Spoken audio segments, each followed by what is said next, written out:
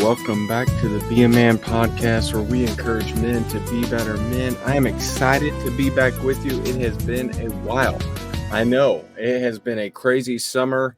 I ended off, I think back in April is when our last episodes ended, but now we are back and we are ready to dive into season 2. I have a lot of interviews lined up for you these coming weeks. Now, here's what we're going to do. I learned a lot. I evaluated last year. I think what we're going to do is have one episode come out every Wednesday. 1 week will be me. 1 week will be a guest I have on, and we'll just flip-flop back and forth. Now, there may be some times where I just go in there and add a separate interview or something that maybe something's going on that I just want to talk about, or something to share, or whatever that may be. But that's going to be the tentative schedule right now. I may want to do more. I don't know yet.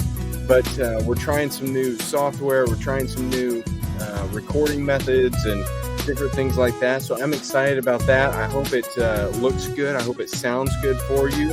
If not, we will make corrections in the coming weeks. But what a summer. Back in April, really back in March, I run our town's Little League program. So I started diving into that. It became just a lot with a lot of kids in it, and just trying to manage and all the traveling and stuff that's involved in that. So I got that done, but I had to take a little break. This is one of those things that I had to take a little bit of back burner. I meant to come back sooner, like in July. However, I had to have shoulder surgery, so take care of some issues there. We're all good now. I've got three little scars where that all happened, going to rehab. So that's still healing. I appreciate those who reached out and asked about that, but things seem to be going well. Family's doing well. All those good things that I get asked about a lot, but I've been excited to jump back into this and just to encourage you as you pursue your own path, your own journey in manhood, just to keep going, keep fighting. We are not alone.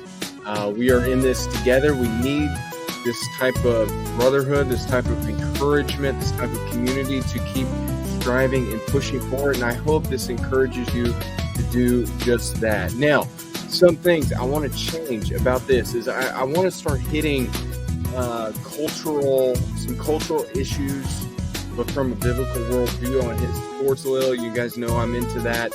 I want to hit some current Christian topics, if you will, that are pertinent, that maybe we can see from a biblical worldview as well. And I think will just help as we try to navigate all these things that are just kind of thrown at us on a continual basis. And I hope that it's encouraging to you. I appreciate your feedback. Let me know, comment below, all those good things. I do greatly take those things seriously and do very much appreciate them. Now, last time, before I had to take a little break, I had asked on Instagram, and I had 2 good questions about, it was kind of an Ask Me Anything type thing, and I had 2 good questions, and one of those was, why do this?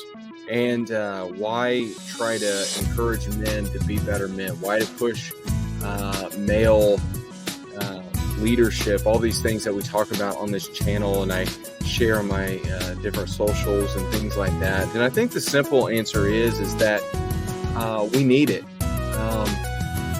We are in a culture that is desperate for masculinity. They talk about toxic, they talk about this, they talk about that, but truthfully, we need a return to true masculinity that has been missing for quite some time. And much of the mess we see in our world now is because the men have not stepped up and done what they should have done for years. And so I think we need a return. We need to remember. We also need to look forward to the different challenges that are lying ahead, and that we need to embrace them and fight them head on. We know we have, if you're a Christian, if you're a believer out there, we know we have the Lord on our side as we do that. We know that He will prep us and prepare us for the battle ahead. But we also know that sometimes we know we want to do the right thing, but we don't know necessarily how to do the right thing, or we think we're alone in trying to pursue these things. So that's what we need. We need to pursue these things, and I think this is an avenue that I have the opportunity to share some of these insights, share some of these things that I'm reading, that I'm learning myself, all those different aspects that go into it. I think it's super important for today's culture and the generation coming ahead, especially as I look at my sons and know that they need these things as well. Another question was, how do you prioritize the Lord each day? And this is a tricky one because some people are morning people, others are not. Some people, they like to dive right into reading in the morning. Some people do not. I think it's more so, I think the Bible reading, the prayer time, the different aspects of that are all super important. The meditating on the word after you read it is super important. But I also think that it's a mentality, a mindset that you must have each and every day. If you understand that each day is a gift from the Lord, it will help you begin each day knowing that each day is a gift that God has given you.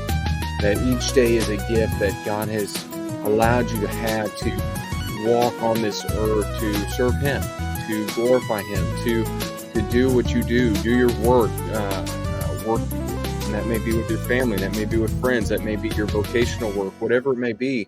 He's given you that opportunity to serve Him in doing that. And as we obediently follow Him, we need to remember that, man, this is all because of God's goodness to us. And we are walking this path together.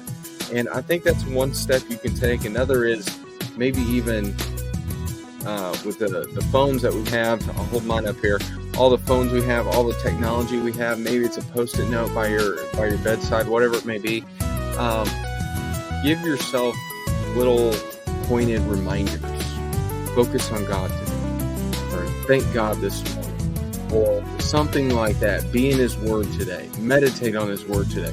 Whatever it may be, I think those things will help you as you begin to prioritize the Lord each and every day, as you strive to do what's right and work on this journey that God has you on. Now, as I said, I want to dive into some certain cultural issues. I'm not getting into political arguments, any of those things, although I think some things are just very easy to tell if it's point blank biblical or not. But I did find it interesting. Here's just a few cultural things. I read on Not the Beat today. If you don't follow them, notthebee.com, Twitter, all those things, they're out there as well. I see that Target sales fell for the first time in 6 years following the Pride Month boycott. And I think we all witnessed what happened there, and thankfully people actually did do what they said they were going to do. And usually we hear this, backlash, all this stuff, but in this case and the Bud Light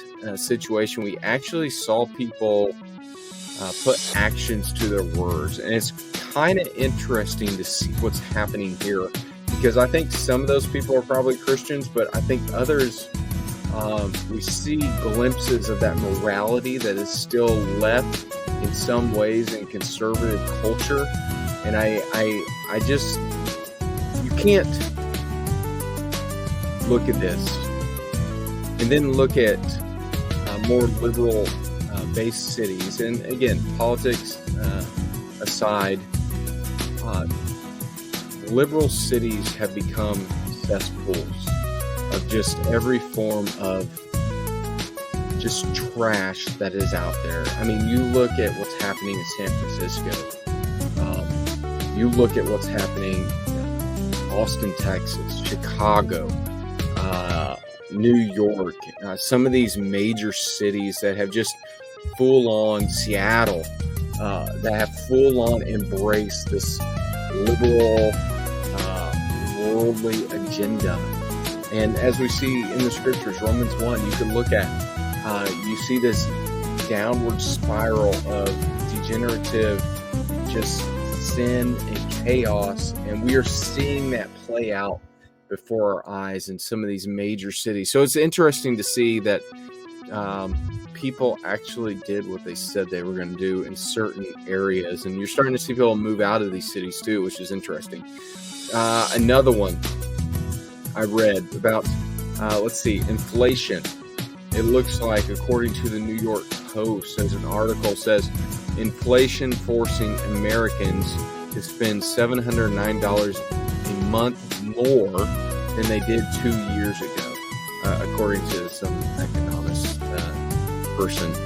And it's just interesting to see how it's hard for me to understand how people can say things are better right now. Yes, we're out of COVID, though that was largely overblown in a lot of ways anyways. But it's hard for me to say how you might be doing better now that you're spending a lot more. And when these people get up there and they talk about how much better and cheaper and all these things are, they're just flat out lying to you. And it's so frustrating just to see people. They've built this culture, it seems like, of straight lying. And then you've got this. Joe Biden is not a leader in any sense. Just as a person, I don't care if there's a D or an R or an L or an I or whatever behind his name. He's not a leader. There's nothing respectable about him. Without going into it too hard, I have no respect for the man, for many reasons.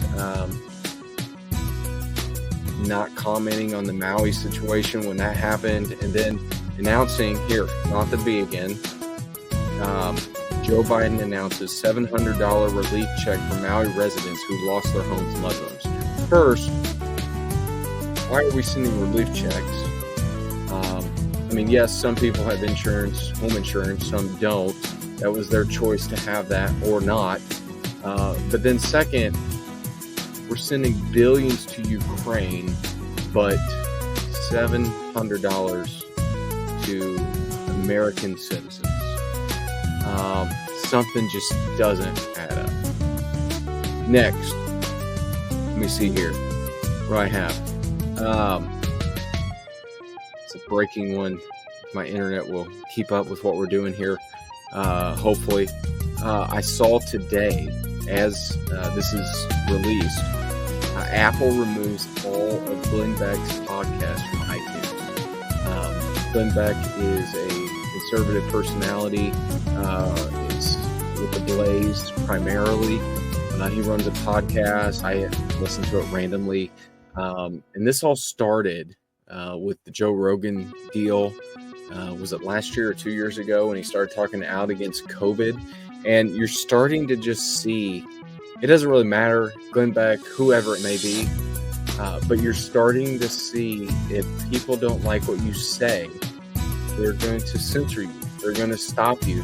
Whatever it takes, they're going to say, yeah, no more of you reaching out to having a platform. And it's sad to watch, but this is the times we're living. And then I've got another one here. Netflix, this is the post-millennial.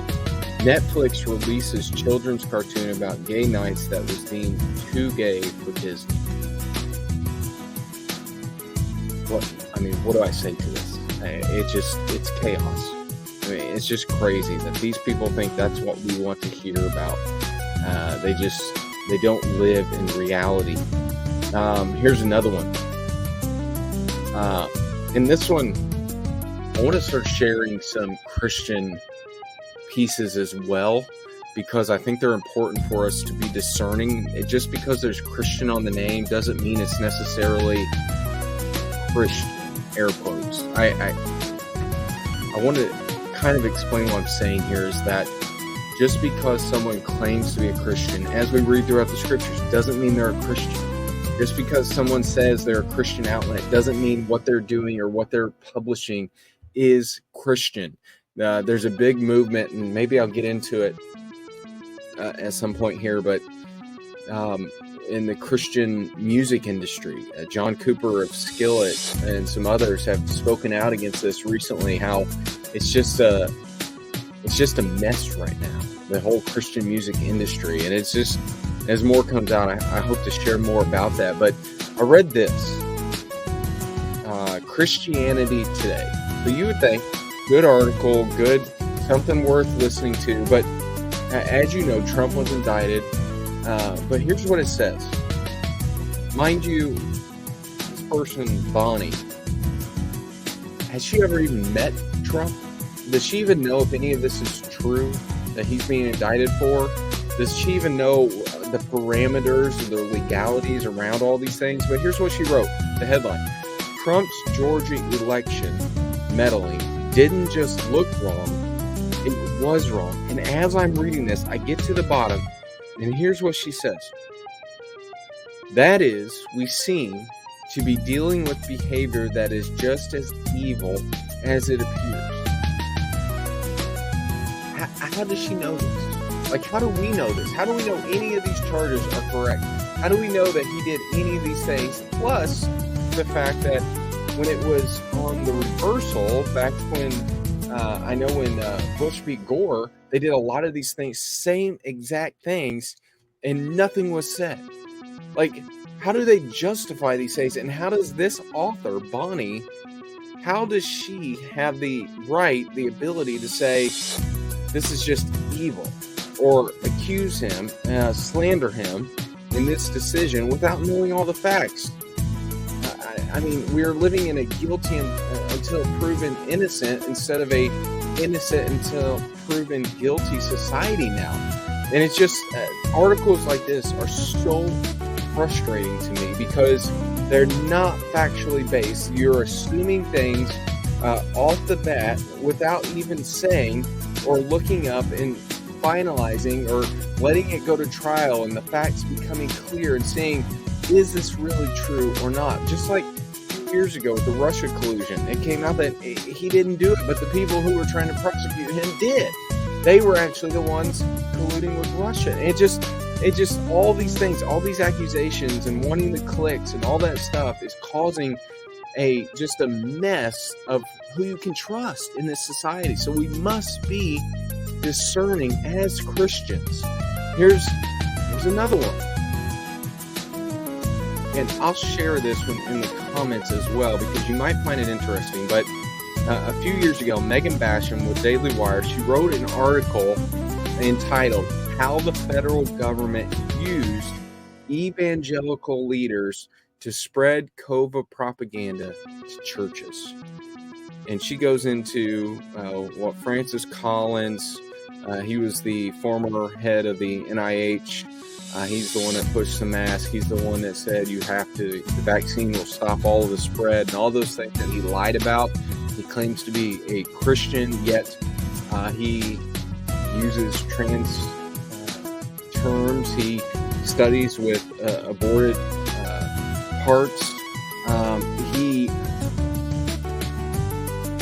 Read the article. How about I put it like that? Just read the article, take a look, and realize that a lot of these so-called evangelical leaders are just doing what they're told or encouraged to do. They're just following along. We must be discerning as Christians. We must, or else we will just succumb to any little thing that fancies or tickles our ears. Now, I want to dive into this one because, as you know, enough of the political, enough of the cultural. I can't get into that too much or it just gets too frustrating. But here's the exciting part. College football returns next weekend, next Saturday. In particular, Notre Dame takes on Navy in Dublin, Ireland, which you know I'm excited about. I've been waiting for the season. My oldest son, he got his jersey for his birthday. He's excited for it as well. I'm excited. We're going to be watching the game. But here is the AP Top 25 initial college football rankings. And I find some of these interesting because they've got Georgia, Michigan, Ohio State, Alabama, LSU, USC, Penn State, Florida State, Clemson, Washington, Texas, Tennessee, Notre Dame, Utah, Oregon, Kansas State, TCU, Oregon State, Wisconsin, Oklahoma, North Carolina, Ole Miss, Texas A&M, Tulane, and Iowa. Now, some of these are very, very interesting. Georgia, yes, should be number one. You were champion last year. You should be the champion or ranked as the champion until you get beat. That's just common sense. Michigan, number 2. I don't know. That one just seems far-fetched. Ohio State, I understand, although they have a quarterback issue coming back. Alabama, new coordinators, all that kind of stuff. Who knows? LSU, I'm just not the biggest Brian Kelly fan. USC, I understand that one. They have the returning Heisman quarterback, Caleb Williams. He should be very good again. Penn State, I don't get that one. Florida State, same. Clemson, there's a load of talent on that team. We'll see what happens. Washington, good quarterback, Michael Penix Jr. Texas, I don't know. Tennessee, and of course Notre Dame. I'm excited for the Irish this season. I think they are primed for a good breakout season. Good quarterback they got in the transfer portal. That's what they've been missing, in my opinion, the last couple of years. And I hope that really takes them over the top. And we'll see. It's fun either way to watch and just enjoy the time. It means fall's almost here. We get to enjoy the changing of the weather here in the Midwest and, whatever parts of the world you're in. And, it's an awesome opportunity as we end summer and enter fall as men to start planning what are we going to do this fall. What are we going to prioritize for our families? What are we going to prioritize for our own lives? What are we going to begin focusing on this fall as we see? Let's not just coast. Let's not just watch football, as I know it's tempting to do, myself included. But let's make a plan. How are we going to grow this fall? And I'm going to start posting some things on that on my socials, and I hope they're encouraging to you. But in it all, I want to encourage you with a verse that is and has been my favorite verse. It's this, Psalm 34:8. Oh, taste and see that the Lord is good. Blessed is the man who takes refuge in him. Taste and see that the Lord is good. Blessed is the man who takes refuge in him. That's my challenge. Taste him. See him. Know that he is good. Rely on him. Take your refuge in him. All these culture, all these issues going on around you, trust the Lord. Trust him. Proverbs 3, 5, and 6 is another good one. 2 verses for you there. Look that one up as well. But trust him. He will see you through. He is faithful. Now, we have a lot of episodes coming up. Like I said, next week I have one with a new friend, Gabriel Alexander. Some of you have heard of him or seen him. The ungovernable man on Instagram and Twitter and others. He's hosting a conference soon. I hope as you listen to that one, that one is encouraging to you as well.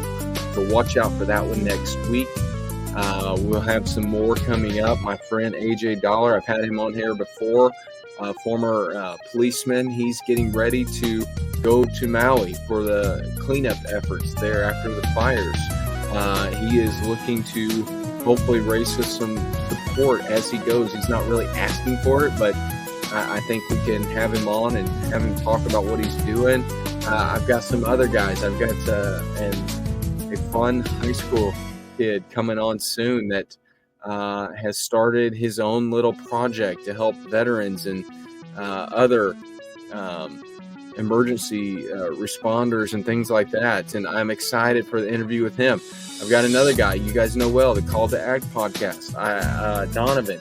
He's going to come on soon. I'm excited about that one. I've got several people coming on. A guy from Germany, he's coming on soon. I've got several people coming on that I think you're going to find super encouraging, super helpful.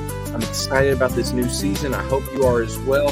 Thank you for joining us. Please, if you like what we're doing here, go back and listen, but like, subscribe, follow, do all those great things. Leave a review, shoot me a message, whatever you want to do. I really appreciate it, but most of all, go share it with a friend, because because if you like what we're doing, they're probably going to like what we're doing as well. So I appreciate you guys. So go be a man.